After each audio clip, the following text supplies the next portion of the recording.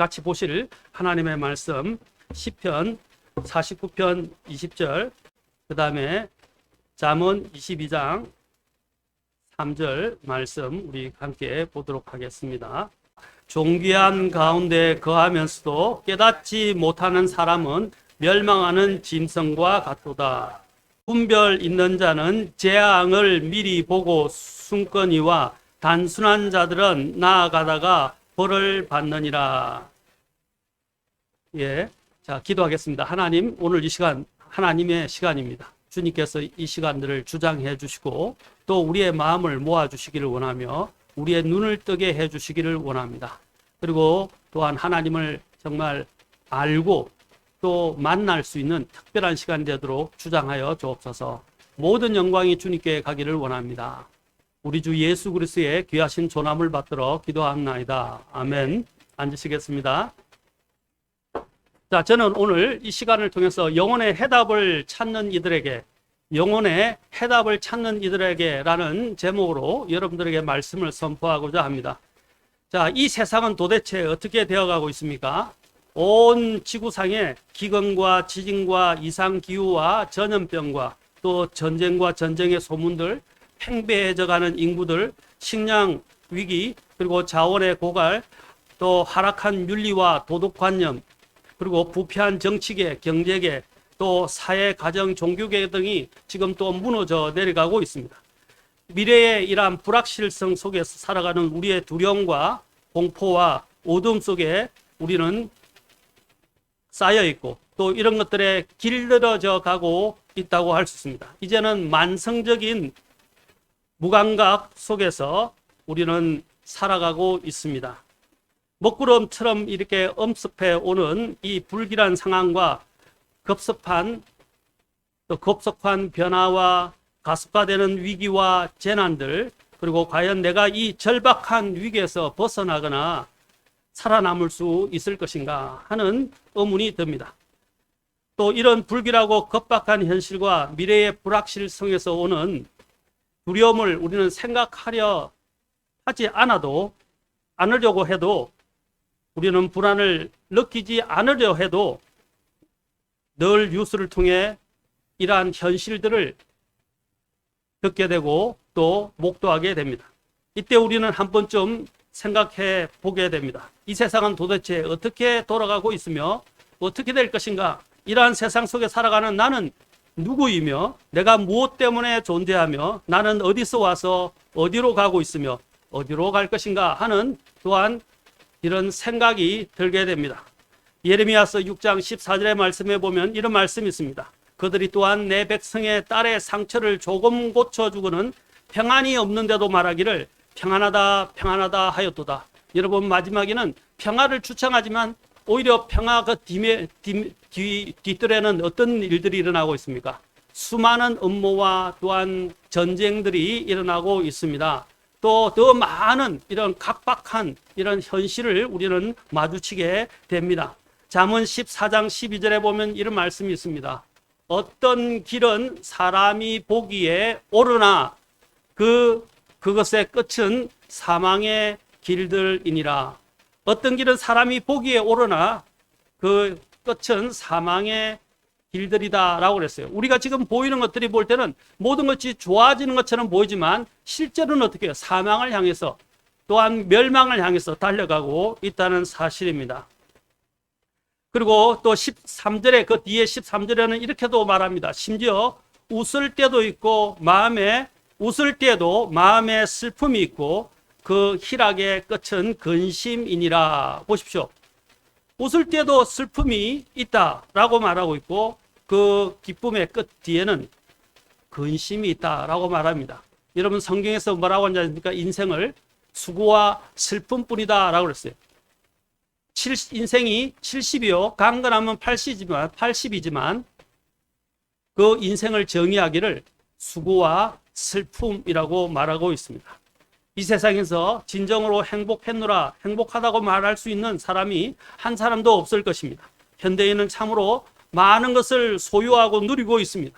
물질의 부와 많은 지식과 영광스러운 또한 명예와 권력 등 세상의 모든 것을 소유했다 할지라도 사실상 우리의 이러한 심령은, 마음은 고뇌하고 공고하고 불안하기만 합니다. 이것이 바로 저와 여러분이 당면한 문제이고 과거에 또한 우리의 문제였습니다. 또 사는 목적이 무엇이냐고 물어본다면 이 세상의 몇 가지 일들을 우리가 변명하면서 널어놓지만 궁극적인 인생의 목적과 방향에 대해서는 아무 말도 하지 못합니다. 내가 왜 사는가, 그리고 왜 죽는가에 대한 답변도 시원스럽게 하지 못합니다. 어느 글에서 제가 발췌한 것인데 이런 글이 있었습니다. 인생에도 계절이 있습니다. 때를 따라서 성장하는 봄의 계절이 있고, 성장하여 가정을 이루고 직장을 가지며 사회를 위하여 열심히 일하는 여름의 계절이 있습니다. 인생의 여름이 지나면 가을이 오고, 가을이 오면 인생의 열매들을 바라보게 됩니다.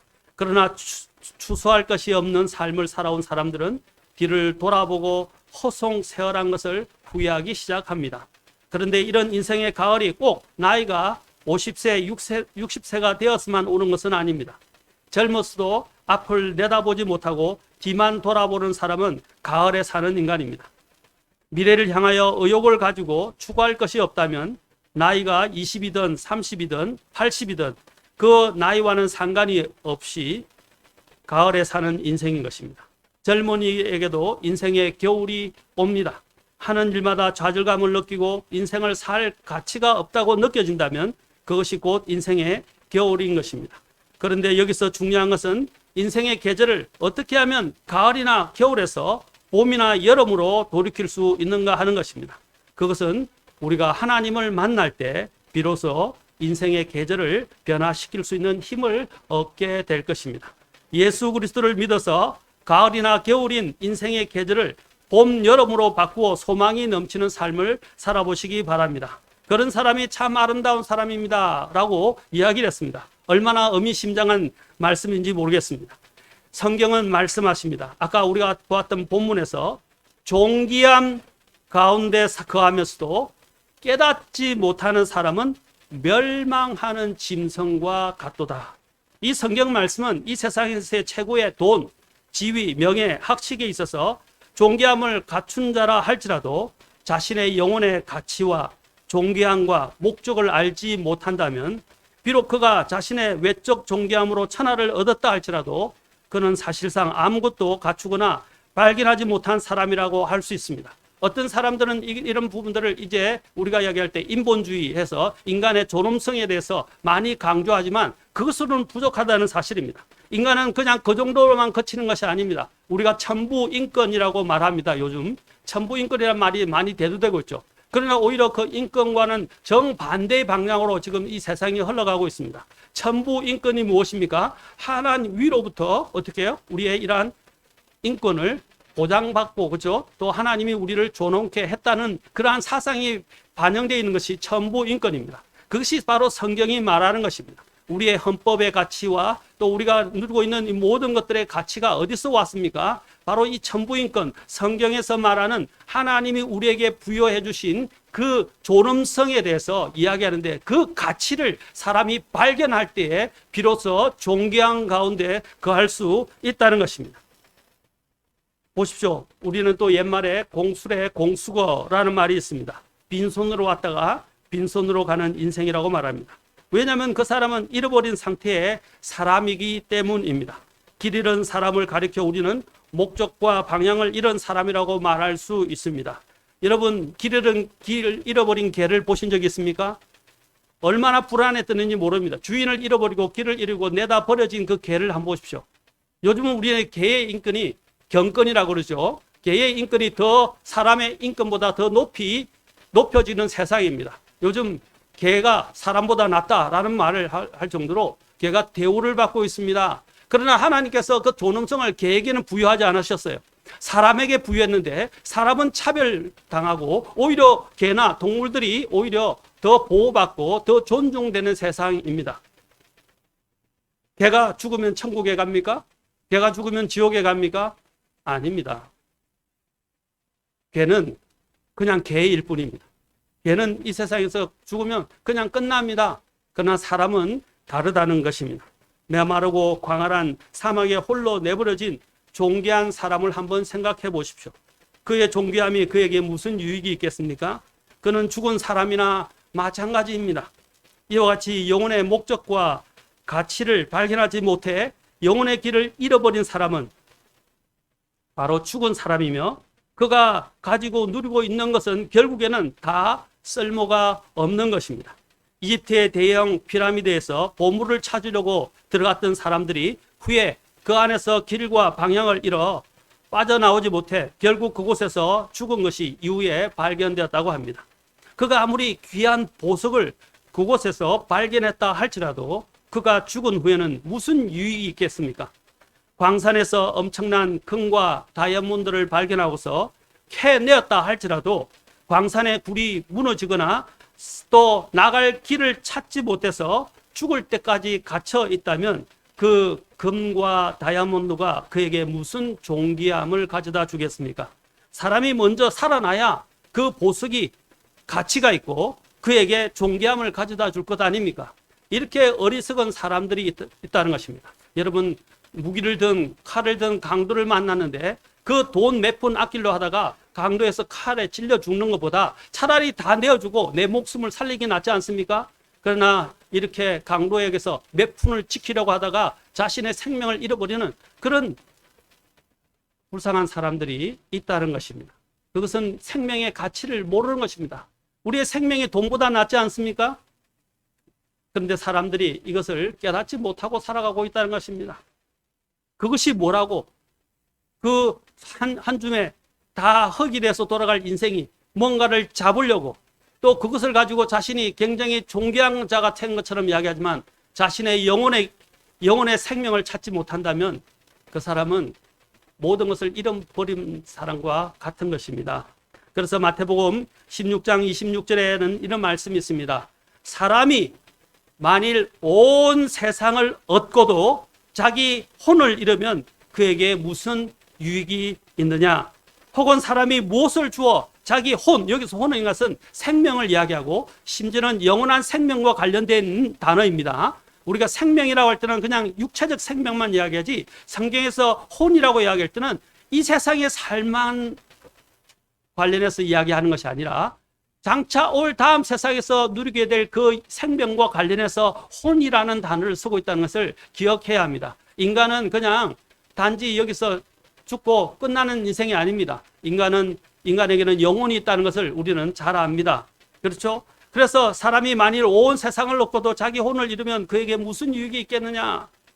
아무 소용이 없다는 것입니다. 오늘 여기 계신 여러분은 자신이 왜 사는지, 그리고 나는 과연 어디서 와서 어디로 가고 있는가 라는 인생의 정체성의 해답, 또 인생의 방향에 대한 해답을 꼭 찾고 돌아가시기 바랍니다. 어떤 사람들은 여러 가지 변명을 늘어놓으면서도 자신이 죽은 사람이 아니고 살아있다고 말할 수 있을지 모르지만 사실은 죽은 자와 다름없습니다. 사막에서 길을 잃은 존귀한 사람은 아까도 말해 살아있다고 했지만 그는 죽은 목숨인 것입니다. 그는 생명의 공급원이 차단되었기 때문에 죽은 목숨과 다름없습니다.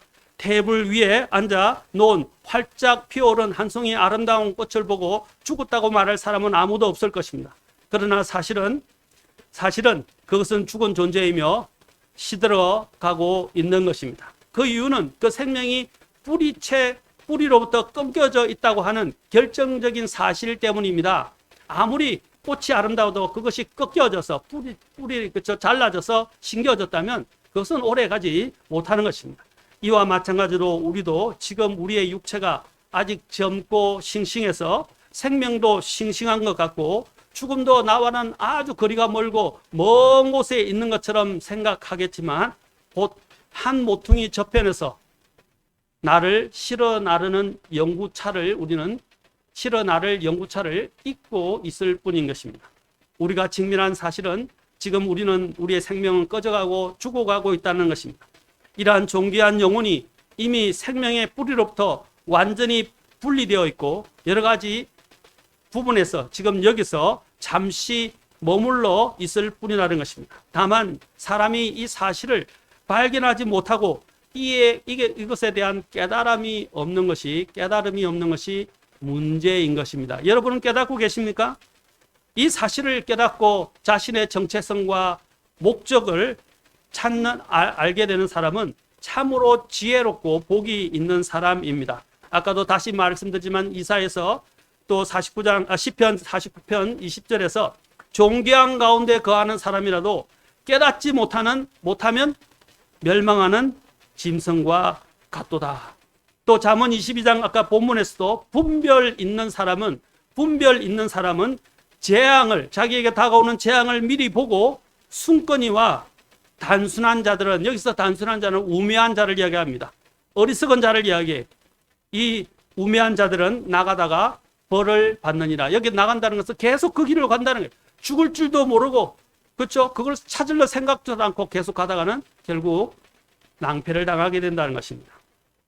잠언 18장과 19절 우리 같이 한번 보겠습니다. 잠언 18장과 19절에서는 또 이렇게 말씀하십니다. 자, 잘 보십시오. 두 사람을 대조 비교하고 있습니다. 그러나 의인들의 행로는 빛나는 광채 같아서 점점 더 빛나 완전한 낮에 이르거니와 점점 더 밝아진다 이 말입니다. 그러나 사악한 자들의 길은 어둠 같아서 그들은 무엇에 걸려 넘어지는지도 알지 못하느니라. 보십시오. 사악한 자들의 길은 어떻게? 점점 더 어둠이 깊어져 가는 것이라는 것입니다. 그래서 그 어둠 속에서 자기가 어떤 장애물이 있는지 알지도 못하고 나중에는 거기서 걸려서 넘어진다는 것입니다. 낭패를 당한다는 것입니다. 그렇죠? 또 낭패를 당하면 자칫 잘못하면 어떻게 머리를 다치거나 죽을 수도 있는 것입니다. 지금 여기서 사악하다는 것이 꼭 큰 죄를 지어서 감옥에 가는 사람만을 가르치지 않습니다. 성경은 하나님을 모르고 아까 자신의 근원을 찾지 못하고 자신이 어디로 가는지 알지 못하는 모든 사람들 성경은 다 사악한 자와 같다고 말하고 있습니다. 사악한 자가 죄에 대한 형벌을 받아 죽으나 내가 어디로 가는지 알지 못해서 걸려 넘어져서 죽으나 똑같지 않습니까? 그래서 죽으면 다 허무하고 아무 가치가 없게 되는 것입니다. 이 세상은 어떻게 되어가고 있습니까? 성경에 보면 우리는 놀라운 사실은 이 인류의 역사는 우리가 다 인간이 만들어가는 것처럼 보이지만 그렇지 않습니다. 제가 전에도 책을 쓴 가운데도 있고 여러분들이 잘 아실 것입니다. 히스토리라고 이야기할 때 히스토리란 말이 어디서 나느냐? His story라는 뜻입니다. His는 누구를 가리키냐면 바로 예수님을 이야기합니다. 그 예수님에 대한 이야기가 바로 역사라는 것입니다. 역사예요. 그런데 여러분 이 세계사에서 예수님을 빼보십시오. 거의 우리가 알고 있는 인간의 역사 거의 한 60, 70%가 다 날아가 버립니다. 유럽의 역사를 보시면 특히 대표적으로 기독교 역사 아닙니까? 중동의 역사를 보십시오. 기독교 역사 아닙니까? 그렇죠? 마지막에 이 모든 역사가 이제 예수 그리스도에 관련된 모든 이러한 역사가 돌아서 지금 우리 이 동방으로 온 것입니다. 우리 여기 있는 곳에 온 것이에요. 이게 막바지예요. 이제 이것이 끝나게 되면 이 세상은 끝나는 것입니다. 이 세상은 어떻게 되어가고 있습니까? 성경은 이 모든 것이 어떻게 되어갈 것이 다 예언을 해놨다는 사실입니다. 여러분 모든 것에 시작이 있으면 모든 것에 끝이 있습니다. 사람들은 끝이 오지 않을 것이라고 착각하고 있습니다. 아닙니다. 여러분 과학 법칙 중에 가장 기본적인 법칙이 열역학 1법칙, 2법칙이 있습니다. 열역학 1법칙이 에너지 보존의 법칙이라고 합니다. 열역학 2법칙이 뭡니까? 엔트로피 법칙이라고 이야기하는데 이것을 우리는 또한 이게 쉽게 말한다면 이 질저하의 법칙이라고 하는데 쉽게 얘기한다면 모든 것은 시작이 있으면 다 낡아지게 되고 그것을 대체하려는 에너지가 증가한다라는 것이 엔트로피입니다. 이 말은 뭡니까? 모든 것이 시작이 있으면 다 낡아지게 되고 그렇죠? 끝이 온다라는 걸 말해주는 거예요. 가장 기본적인 물리학의 법칙까지도 과학 법칙까지도 뭐라고 말하고 있습니까? 이 세상에는 다 끝이 온다라고 말하고 있어요. 그런데 성경은 이미 그것을 다 예언해놨다는 사실입니다. 역사는 성경대로 이루어져 왔고 지금도 역사는 성경대로 이루어져 가고 있으며 성경대로 다 이루어지게 될 것입니다. 성경의 예언은 100% 정확합니다. 여러분 예수님이 오시는 것에 대해서도 처음에 창세기에 하나님께서 이 인간을 창조하시고 인간이 타락하고 난 다음에 여자의 씨와 뱀의 씨에 대해서 이야기를 하셨습니다. 그 여자의 씨로 오신 분이 누구입니까? 예수 그리스도입니다. 이미 예수님이 오시기 전에 4,000년 전에 이미 여자의 씨에 대해서 예언을 해놨다는 것입니다. 그래서 예수님께서 그 말씀대로 동정녀 마리아에게서 탄생하셨던 것입니다. 그래서 여자의 씨라 불려지는 거예요. 여기서부터 보면 이 성경이 얼마나 정확하게 이루어지는지, 또 이스라엘 백성이 나중에 이집트에서 430년간 포로 생활을 하게 될 것이다. 또 이스라엘 백성이 70년 동안 바빌론에서 또한 포로 생활을 하게 될 것이다. 또 이스라엘이 회복하게 될 것이다. 1948년에 회복했죠. 1900년 동안 유랑하던 민족이 회복하는 것도 성경이 다 예언을 해놨다는 사실입니다. 예수님이 언제 탄생하시고, 예수님이 언제 죽으시고, 예수님이 또한 언제 다시 오실 것인가에 대한 부분도 성경이 다 예언을 했습니다. 재림의 날짜에 대해서는 정확하게 아직 그 날과 시각에 대해서는 예언을 하지 않았지만, 그 시기에 대해서는 성경이 이미 우리에게 말해주고 있는데, 지금이 바로 그 시기입니다. 성경을 보십시오. 얼마나 놀라운지. 고린도전서, 여러분 고린도전서 또 13장, 15장에 보시면 이 예수님의 탄생과 관련해서 우리에게 말해주는 것이 있습니다. 너희가 만일 내가 너희에게 선포한 것을 기억하고 헛되이 믿지 아니하였으면 또한 그 복음으로 구원을 받았느니라. 3절 4절을 잘 보십시오. 내가 또한 받은 것을 무엇보다도 먼저 너희에게 전하였느니 그것은 곧 뭐라고 됐어요? 성경 기록대로, 성경 예언대로 이 말입니다. 그리스도께서 우리의 죄들로 인하여 죽으시고, 예수님의 오심과 죽으심이 다 이미 예언되어 있었다. 또 15장 4절에도 뭐라고 그랬어요? 묻히셨다가 또 성경 기록대로 셋째 날에 다시 살아나시고 부활할 것도 이미 성경에 예언이 되어 있었다라고 말하고 있습니다. 이 얼마나 놀랍습니까? 여러분이 만약에 우리 점을 잘 보고 잘 미래를 잘 맞추는 점쟁이가 있다 그런다면 아마 사람들이 그걸로 다 몰려갈 거예요. 여러분들 중에도 아마 유혹을 받아서 그곳에 가서 내 점을, 미래의 운명을 점치고 싶은 사람이 있을 것입니다. 그리스도인들은 절대로 가면 안 됩니다. 성경은, 그 사람들은 마귀의 힘을 빌어서 잠깐의 이 부분을 부분적으로 알고 이야기해주고, 또 여러분 점쟁이들은요, 그걸 이야기해주면서 마귀의 힘을 빌어서 그걸로 가도록 예언을 하고 부추깁니다. 조장한다는 것입니다. 그러나 하나님은 이미 오시기 전에 다 모든 걸 다 정하셨고 100% 그것이 다 그대로 실현되고 있어요. 그는 틀릴 수 있지만, 점장이는 틀릴 수 있지만 하나님은 틀리지 않습니다.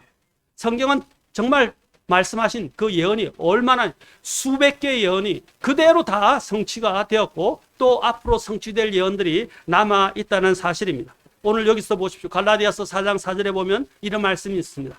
그러나 충만한 때가 이름에 하나님께서 자신의 아들을 보내사 여자에게서 나게 하시고, 여기도 나오죠. 여자에게서 나게 하시고 율법 아래 있게 하셨나니, 뭐라고 했어요? 충만한 때가 이름에 라고 되어 있어요. 무슨 말입니까? 충만한 때, times라는 거죠. 이 뭡니까? 시간이 딱, 그 시간이 딱 되었을 때, 성경이 예언한 그 시간이 딱 찼을 때 예수님께서 여자에게서 나셨다는 거예요. 아멘. 다음에 여러분이 구약의 예언 다니엘서를 특히 공부하면 예수님이 정확한 하나님의 타임 테이블에 맞게 그대로 예수님께서 탄생하셨고, 그 타임 테이블, 시간표에 따라서 예수님은 또한 돌아가셨고, 또 예루살렘으로 입성하셨고 돌아가셨고 부활하셨다는 거예요. 여러분들 그 예언을 발견하면 눈이 휘둥그레지고 굉장히 놀라게 될 것입니다. 성경은 사람의 책이 아니에요. 우리가 언제 내일의 운명을 맞출 수 있습니까? 내일 일어날 일들을 우리는 아무도 모릅니다. 그걸 맞출 수 있는 사람은 없어요. 50대 50으로 우리는 반반 맞출 수 있지만 성경은 모든 것을 다 정확하게 말씀하고 있다는 것입니다. 또한 이스라엘의 패망과 이스라엘의 독립까지도 성경은 예언을 해놨습니다. 그 예언대로 이스라엘이 바로 1948년에 독립을 하게 된 것이고 1967년에 성전을 회복하게 된 것입니다. 이것이 다 성경이 예언한 대로 우리가 되어가고 있다는 것입니다. 그리고 또한 성경은 마지막 때 어떤 일이 날 것인가? 에스겔서 38장에 보면 제가 이것을 가지고 우크라이나 사태와 러시아 사태에 대해서 설교를 한 적이 있는데, 여러분 성경에 바로 이 러시아 지금하고 우크라이나 전쟁이 있죠. 앞으로 여러분 종말이 오게 된다는 것들의 전조예요. 전조예요. 이미 성경에 예언이 되어 있단 말입니다. 에스겔서 38장에 보면 여러분 이 러시아와 함께 연합한 그 동맹국들이 나중에 이스라엘을 공격하게 될 것에 대해서 성경이 예언을 해놨어요. 그것이 에스겔서 38장에 잘 나와 있습니다. 그 중에 대표적인 그 동맹하는 국가 이름까지도 성경에서는 예언을 해놨어요. 근데 에스겔 38장 5절에 보면 그들과 함께한 페르시아와 에티오피아와 리비아와 곧 모든 방패와 투구로 무장한 자들과 고멜과 그의 모든 때와 북쪽 지방의 도갈마의 집이라고 되어 있는데, 여러분 페르시아는 어디를 이야기합니까? 이란이죠. 이란 이야기. 에티오피아 알죠? 지금의 에티오피아보다 더 큰 지역을 만들었습니다. 주로 중북부의 모든 지역을 관할하는 것이 에티오피아였어요. 그렇죠? 또 리비아 나오죠. 북부 아프리카에. 보시죠. 성경에 정확한 이름이 나오지 않습니까? 그리고 지금 여기서 고멜과 여기 도갈마 이런 것은 어디냐면 여러분 유럽에 중동에 가면 어떤 국가 있어요? 카자흐스탄, 뭐 키르기스탄 나오죠. 탄. 그렇죠? 그 탄 국가들이 바로 이게 해당합니다. 그렇죠? 그 탄 국가들이 어떻게 해요? 하나님을 믿지 않은 특히 모슬렘 국가들이잖아요. 그 대표적으로.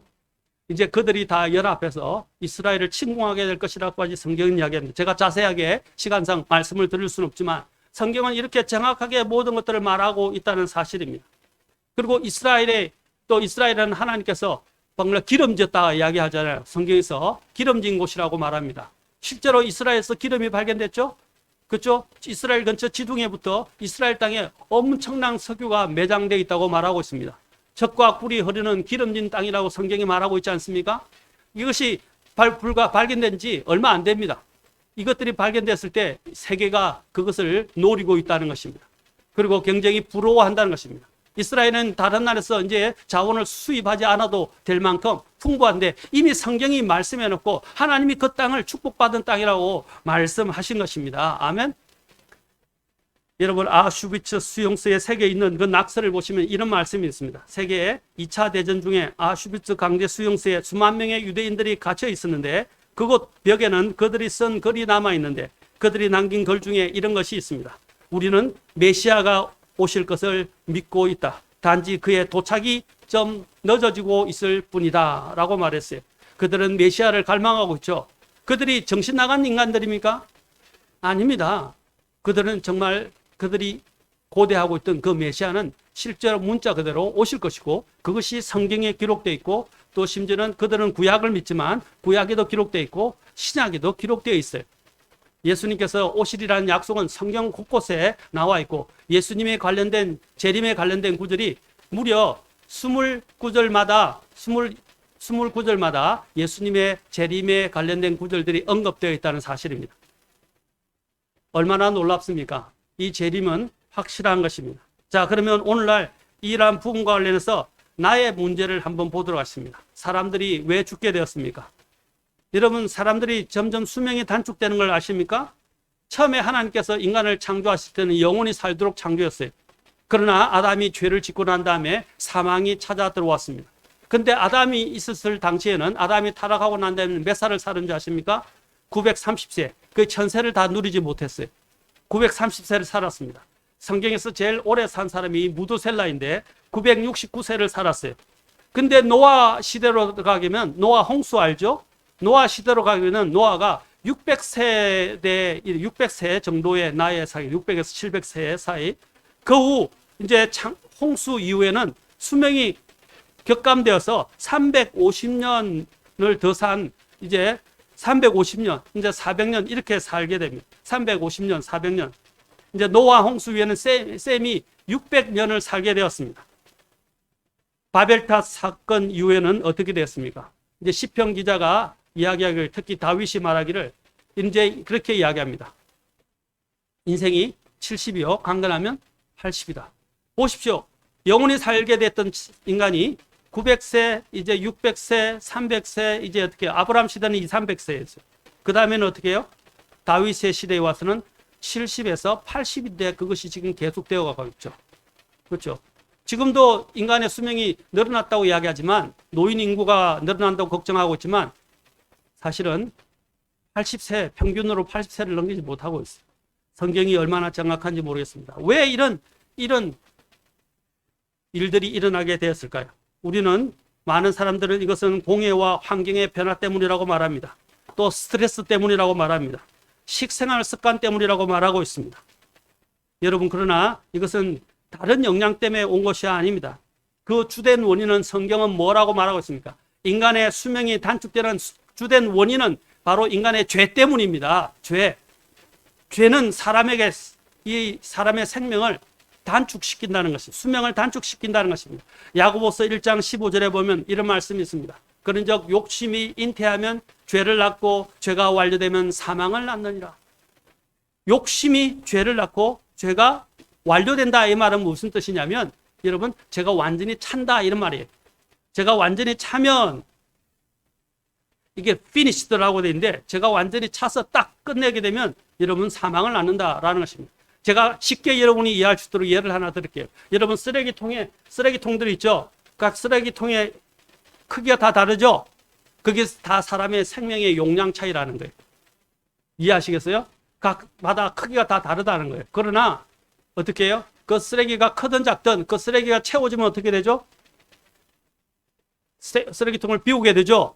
예, 마찬가지입니다. 사람도 이 안에 죄를 쌓아놓으면 그 죄가 차게 되면 어떻게 해요? 끝나는 거예요. 인생을 하나님이 그 생명을 비워버리시는 거예요. 아시겠습니까? 그래서 죄를 많이 짓고 사는 게 좋은 게 아니에요. 많은 사람들이 누가 보냐, 괜찮다, 나 죄를 져도 아무도 안 본다라고 하고 양심을 어기고 죄를 짓고 살지만 그것이 얼마나 치명적인지 몰라요. 자기의 뭡니까? 쓰레기통을 채우는 것과 같은 거예요. 자기의 생명을 단축시키는 것과 같은 거예요. 성경은 말하지 않습니까? 죄가 잉태하면 욕심이 잉태하면 죄를 낳고 죄가 완료되면 사망을 낳느니라 라고 말하고 있습니다.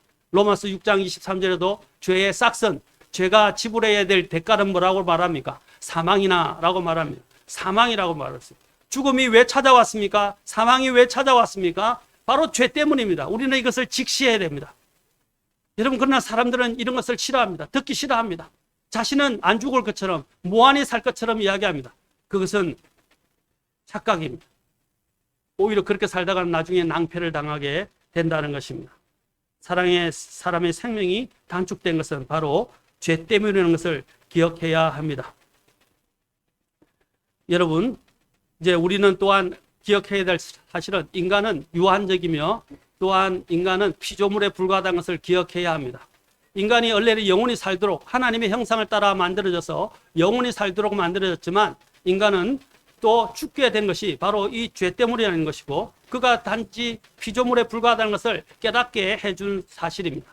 세탁소에 갓 들어온 새 옷걸이에게 다른 옷걸이가 한마디를 하였습니다. 너는 옷걸이라는 사실을 한시도 잊지 말기를 바란다.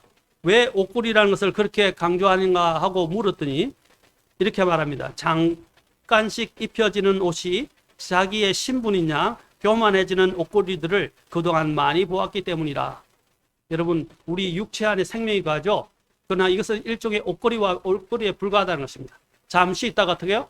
옷이 벗어지면 거기 고린도전서 5장에서 이야기하는 거예요. 벗어버리면 우리는 다 떠나게 됩니다. 사람들이 영원히 살 것처럼 착각하는 그러한 착각 속에 살지 마십시오. 아무리 의학과 과학이 발전된다 할지라도 우리는 결국 죽게 되는데 그 죽음이 왜 찾아왔는가를 우리는 알아야 내가 어떻게 이제 살아가게 될 것인가, 내가 무엇을 믿어야 할 것인가를 우리가 발견하게 된다는 것입니다. 여러분, 죄는 심각한 것입니다. 우리는 사람들이 이야기합니다. 죄에 대해서 이야기할 때 나는 저 감옥에 간 사람보다 죄를 적게 져서 라고 이야기를 합니다. 저는 이렇게 말하고 싶습니다. 50보 100보다 도토리 기적이다 라는 것입니다. 자, 들어가지 마시오 라는 편말이 있어요. 들어가지 마시오 했는데 어떤 사람은 아예 안 들어갔는데 어떤 사람은 또 한 사람은 반보만 들어갔어요. 또 어떤 사람은 50m만 들어갔어요. 어떤 사람은 100m 들어갔어요. 누가 들어가지 마시오라는 편말을 어긴 것입니까? 누가 법을 어겼어요? 예. 아까 들어가지 않은 사람 외에 반보, 50보, 50m, 100m 들어갔던 모든 사람이 다 어떻게 해요? 다 법을 어겼죠. 들어가면 중형에 처합니다 하면 그 반보를 들어갔던 50m, 100마를 들어갔던 그것은 문제가 되지 않아요. 다 처벌받는다는 것입니다. 우리는 이렇게 생각합니다. 나는 감옥에 들어간 사람하고는 달라. 저런 아주 흉악한 범죄자들과 나는 다른 종류야. 아까도 말했지만 50보 100보에 거짓말도 성경에는 뭐라고 그랬어요? 다 죄다라고 말씀하고 있습니다. 그렇죠? 양심을 어긴 적이 있지 않습니까? 그거 다 죄를 짓고 잘못을 했기 때문입니다. 그것은 무엇을 말해주는 것입니까? 우리가 죄인이라는 사실을 이야기해 주는 것입니다. 자신이 어렵다, 나는 죄 없다라고 이야기할 사람이 없다는 것입니다. 성경은 뭐라고 말합니까? 죄의 삭선? 사망이다라고 이야기합니다. 그런데 우리는 오늘날 보면 네티즌이나 요즘 이게 SNS가 발달하고 난 이 세상에서 어떻게 하고 있습니까? 떼거지로 누군가 잘못하면 가서 그 사람을 완전히 난도질을 하고 있습니다. 근데 사실도 그 사람도 죄인이에요. 예수님께서 너희 중에 돌 없는 자가 돌을 던지라 라고 하셨어요. 누가 죄 없는 사람이 있습니까? 누가 그를 정죄할 수 있습니까? 자기의 앞길도 모르고 자기도 죄 가운데서 죽어가는 인생이 다른 죄인들을 향해서 손가락질하고 있어요. 자기 인생부터 살려야 되지 않겠습니까? 우리는 그렇게 자꾸 다른 사람과 비교합니다. 모든 사람들은 하나님과 비교해야 돼요. 하나님 앞에서 내가 어떤 존재인지를 알아야 한다는 것입니다.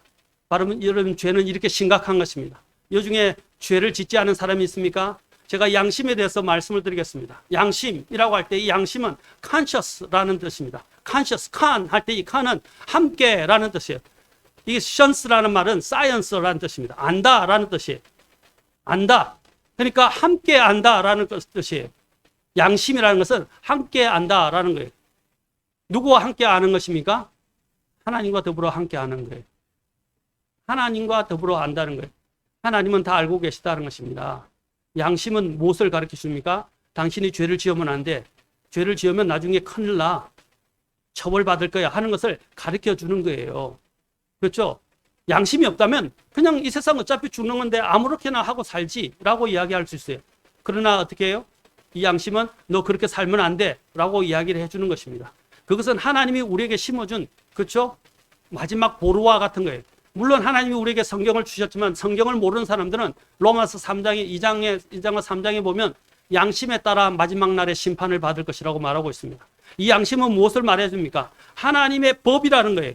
하나님께서 그 죄를 지으면 너는 죽을 것이다, 심판을 받을 것이라는 것을 이야기해 주는 것입니다. 여러분, 양심을 어겨보지 않은 사람이 있습니까? 이 중에 모두 다 양심을 어겼을 것입니다. 그러면 이러한 나의 운명을 알게 되었어요. 아, 나는 죄로 인해서 결국 죽고 그 죄에 따라 처벌을 받게 되는구나, 하나님의 심판을 받게 되는구나 하는 것을 여러분이 알게 되었을 거예요. 그러면 이제 여러분들은 어떻게 해야 되겠습니까? 이제 이것을 어떻게 해야 해결할 수 있는가? 내 죄를 용서받아야 되잖아요. 내 죄를 깨끗이 씻음을 받아야 되잖아요. 그렇죠? 내가 지은 죄에 대해서 내가 대가를 지불해야 되는데 그 죄에 대해서 누군가가 그 죄에 대해서 변제를 해준다면, 내가 빚을 지고 있다. 성경은 죄를 또 빚에 비유합니다. 빚을 지고 있다고 이야기한다면 어떻게 하겠습니까? 빚을 지고 있다면, 그렇죠? 빚을 갚아야 되겠죠? 근데 내가 못 갚으면 나는 완전히 이제 처벌을 받습니다. 옛날에는 차명을 당하기도 했었습니다. 그런데 누군가가 나를 불쌍히 해서 엄청난 부자가 내 죄의 값을 다 변제해주고 죄의 빚을 변제해준다면 얼마나 감사하겠습니까? 이전에 제가 한 재밌는 이야기를 해도 실제로 있었던 이야기죠. 이건희 회장의 딸 이부진 사장이 어떤 일이 있었냐면, 택시 기사가 스물에 난 거예요. 택시 기사가 이렇게 잘못해가지고 택시가 그 호텔을 치고 들어가가지고 호텔이 굉장한 피해를 입게 되었습니다. 그때 피해를 입게 되는데 이 사람이 택시 기사고 자기 나이든 노모인지 아내인지 나이 노모로 들었는데 그 노모와 함께 이런 지하 단칸방에 살고 있었다고 이야기를 해요. 근데 다 살고 있었는데 그 돈을 2억 이상이 나는데 변제할 길이 없었습니다. 그 변제할 길이 없었는데 그때 어떻게 했냐면 이부진 사장이 부사장을 보내가지고 그 집이 어떤 집인지 한번 가서 보세요 라고 보내줬다고 그래요. 그래서 한번 보니까 집의 형편이 너무 안 좋으니까 어떻게 했냐면 이부진 사장이 그 부사장한테 임원회 회의를 통해서 회사에서 변제하시죠 해가지고 그 사람은 정말 2억이라는 이 하늘 같은 돈을 갚을 수가 없었는데 이부진 사장이 다 변제를 해줬다는 거예요.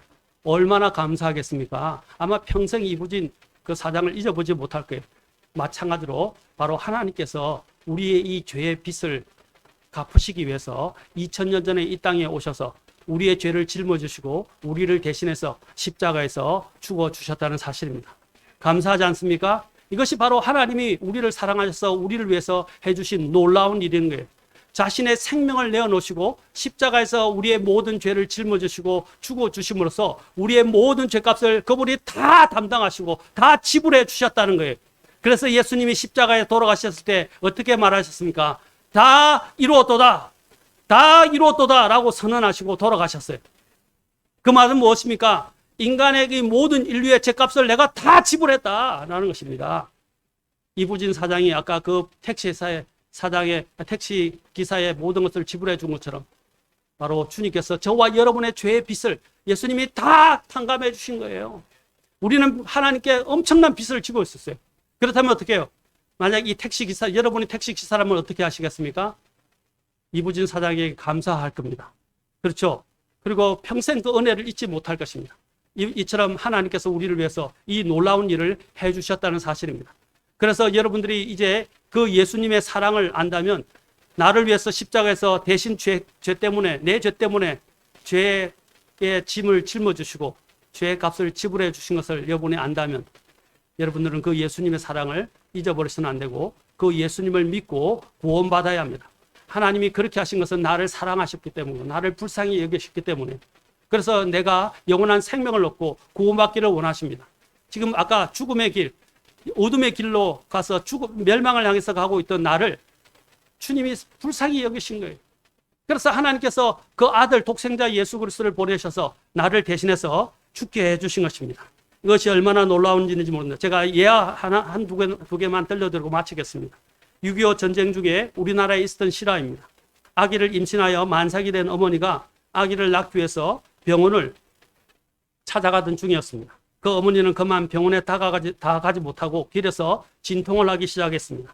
가진 것이 아무것도 없었던 어머니는 어느 다리 밑에 겨우 자리를 잡아 아기를 분만하게 되었습니다.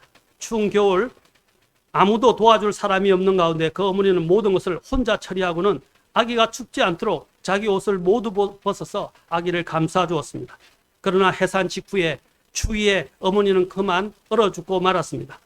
얼마 후에 어느 미군 장교 한 사람이 차를 타고 그 근처를 지나가다가 휘발유가 떨어졌습니다. 그는 부대로 연락을 취해놓고 차에서 내려 그 부근을 거닐면서 기다리고 있었습니다. 그런데 어디선가 이상한 아기 울음소리 같은 것이 들렸습니다.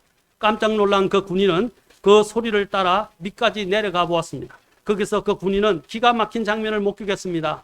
어머니가 벌거벗은 채 얼어 죽어 있었고 어머니의 옷에 둘러싸인 갓난아기가 몹시 울고 있었던 것입니다.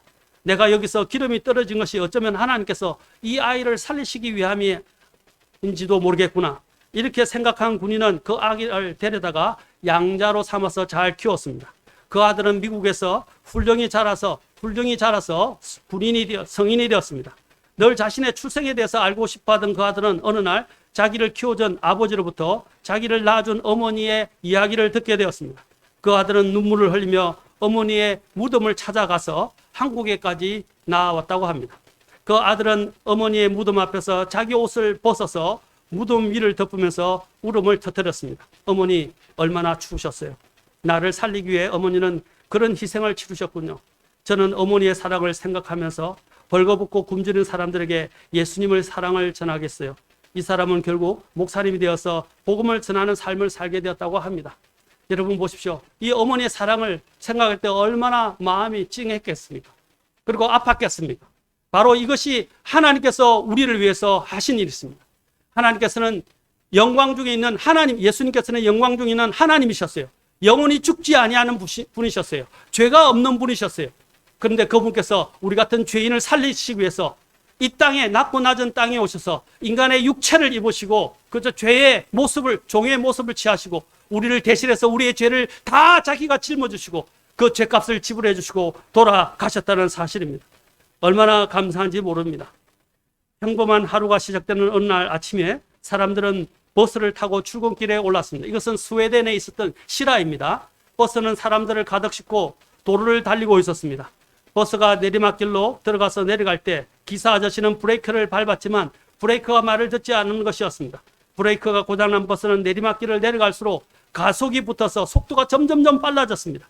버스에 타고 있던 승객들은 예사롭지 않은 속도에 무슨 일이 일어났는지 궁금해하다가 브레이크가 고장이 난 사실을 알고는 모두 비명을 질러대며 아우성치기 시작했습니다. 그 상황에 도로에는 5개의 커브길이 보였습니다. 사람들은 이제 모두 죽었구나 생각을 했지만 기사 아저씨는 아주 침착하게 커브길을 한두 개, 4개를 돌았고 마지막 5번째 커브를 돌려고 할 찰나였습니다. 그곳은 오르막길이라 올랐으면 속도가 떨어져 저 위 평지에서 자연스럽게 멈추게 되는 것이었습니다. 버스가 내리막길을 막 내리달리면서 버스 기사는 도로에서 뛰놀고 있는 아이들이 어느 이 버스 기사를 보고서 버스 기사가 보고서 경적을 막 울리면서 내려왔기에 다른 아이들은 다행히 피했는데, 그러나 한 아이가 유독 피하지 못하고 우물거리고 있는 것이었습니다. 운전기사는 핸들을 꼭 붙잡아서 아주 절망적인 듯 깊은 고민을 했습니다. 저 아이를 피해 핸들을 꺾는다면 이 버스 안에 사람들은 크게 다치거나 죽게 되고, 그러나 버스에 탄 사람들을 살리려면 저 아이를 칠 수밖에 없구나. 어떻게 해야 좋을까? 저 아이를 치고 많은 승객을 살릴 것인가? 아니면 저 아이를 살리고 많은 승객의 목숨을 위태롭게 할 것인가? 버스 운전기사는 곧바로 아이를 향해 돌진했고, 그 버스에 부딪힌 아이는 튕겨져 나가 떨어져 적사하고 말았습니다. 다행히 언덕길 위에 평지에 멈춰서서 버스는 멈춰서게 되었습니다. 버스는 멈췄고 기사는 황급히 내려 아이를 가슴에 품었지만 이미 아이는 숨을 거둔 뒤였습니다. 버스에 탄 승객들은 버스에 내리면서 자신들의 양심의 가책을 만회하려고 그 버스 운전기사를 아이를 친 살인자라고 비난했습니다. 버스 승객들의 야유와 비난은 끊이지 않았습니다. 그때 그 버스 운전사를 잘 알고 있던 승객이 나서서 이렇게 소리쳤습니다. 모두들 그만 좀 하세요. 당신들은 아무것도 모르지 않아요. 저 기사 양반이 친 아이는 저분의 외동 아들이었단 말입니다. 그곳에서 야유와 비난과 욕설을 퍼붓던 사람들은 모두 잠잠하고 고개를 숙였습니다. 어안이 벙벙하여 서 있던 사람들, 눈물을 흘리던 사람들도 있었습니다. 그 버스 운전기사는 죽은 아이를 향해 버느끼며 나직한 목소리로 말했습니다. 미안하다 아들아. 이것은 스위스 한 작은 마을에서 실제로 일어난 이야기입니다. 자기 아들을 눈앞에서 칠 수밖에 없었던 아버지의 마음은 얼마나 아팠을까요? 어느 누가 자기 자식을 죽이고 싶겠습니까? 만약에 여러분들이 버스 기사였다면 어떻게 하셨겠습니까? 이 시라는 바로 하나님께서 죄로 인해 죽어가는 저와 여러분을 살리시기 위해서 2000년 전에 바로 십자가에서 행하셨던 것을 잘 보여주고 있던 것입니다. 영원한 멸망을 향해서 질주하고 있던, 지옥을 향해서 질주하고 있던 우리들을 살리기 위해서 하나님께서 외아들 예수, 독생자 예수 그리스도를 보내셔서 우리를 대신해서 십자가에서 죽게 하신 것입니다. 아멘. 그래서 우리는 살게 된 거예요. 오늘 이 시간에 아직도 예수님을 모르는 분이 있다면, 내 죄가 용서받은 경험이 없다면 오늘 이 시간에 자신의 죄를 회개하시고 내 죄 때문에 오셔서 내 죄를 용서하시기 위해서 기꺼이 내 죄를 짊어지시고 십자가에 죽으신 예수님을 나의 구원자와 주님으로 영접하시기 바랍니다. 그러면 오늘이 복된 날이 될 것이고 여러분의 인생이 열리게 될 것입니다. 그리고 영원한 생명을 얻게 될 것입니다. 아멘. 이제 그러면 여러분의 인생의 목적과 이제 방향을 찾게 될 것입니다. 그리고 하나님 안에서 새로운 인생을 살 수 있게 될 것입니다. 오늘 이 자리가 그날이 되기를 바랍니다. 예수님을 믿으십시오. 자신의 죄를 회개하고 나를 위해서 죽었다가 부활하신 예수님을 나의 구원자와 주님으로 받아들이십시오. 이 날이 다시는 오지 않을 수 있습니다. 마지막 기회일 수 있습니다. 죽음이 찾아오기 전에, 급작스럽게 찾아오기 전에 이 순간에 예수님을 만나시기 바랍니다. 아멘. 예수님을 다 만났다면 하나님께서 나를 위해서 행해준 이 일에 대해서 감사를 드리시기 바랍니다. 기도하시겠습니다. 다 같이 일어서시겠습니다.